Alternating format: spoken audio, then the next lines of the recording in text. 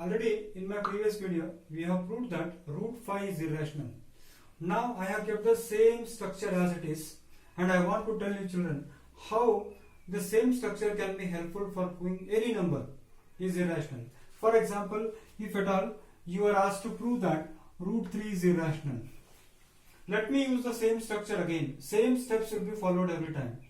The first step that we have to write is, let us say that root 3 is rational. In the beginning, let us assume that root 3 is rational. So again, if root 3 is rational, then definition of rational says that it can be expressed in the form of p by q. Same, where p and q are co-prime. So in the next step, what you have to do is, you have to cross multiply as you did in the last problem. So if root 3 into q is, if I cross multiply, it becomes root 3q. See, this becomes root 3q. If I cross multiply, root 3q is equal to p. Then again squaring both sides. If I square root 3, it becomes 3. If I square q, it becomes q square. If I square p, it becomes p square. So whatever we did in the last problem, the same thing we are doing in this problem. Now what does this equation says? This equation says that 3 multiplied by q square is equal to p square. 3 multiplied by q square is equal to p square. That means what? If you multiply q square by 3, you are going to get p square. So p square is 3 multiplied by q square. That means p square has 3 as a factor.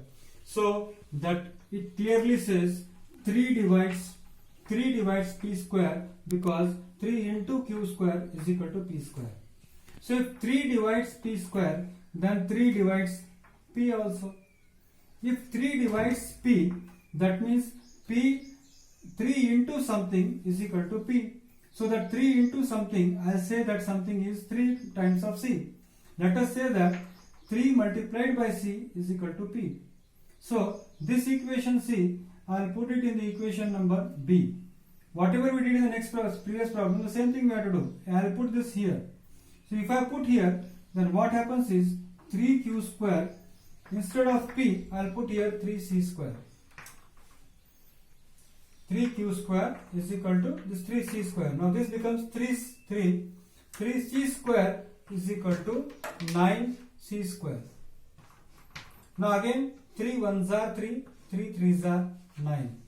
So this becomes q square is equal to 3c square. Q square is equal to 3c square. Again I want you to read this problem, this equation carefully. This equation clearly says that if I multiply c square by 3, it's going to become equal to q square. That means q square is a multiple of, is having a factor as 3, or it is a multiple of 3. If it is a multiple of 3, then we can say that 3 divides q square. 3 divides q square. If 3 divides q square, then definitely 3 has to divide q. 3 has to divide q. Again we are coming to the same contradiction, and the same contradiction is what? From equation A, equation alpha and beta. Equation A says that root 3 is rational, and that is p, it is equal to p by q, and p and q are co-prime. Equation alpha says no, p is divisible by 3. Equation beta says again q is divisible by 3. See, somewhere there is some problem. The problem is, we are saying it is co-prime, and here we are saying no, it is having 3 as another factor. So this kind of situation where two opposite things are happening, or two contradicting things are happening, we say they are contradicting. And if such kind of contradictions are happening, so why it is happening? Because we have taken a wrong assumption.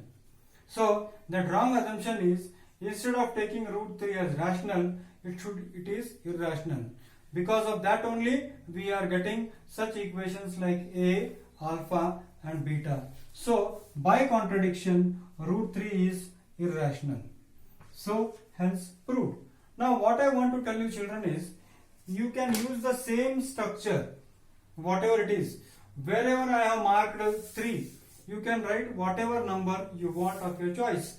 For example, you can write here 5, you can write here 2, you can write here 7, you can write here 11, you can write here 13, and follow the same structure. Definitely you will be getting the proof of all the irrational numbers. So that's all in today's video.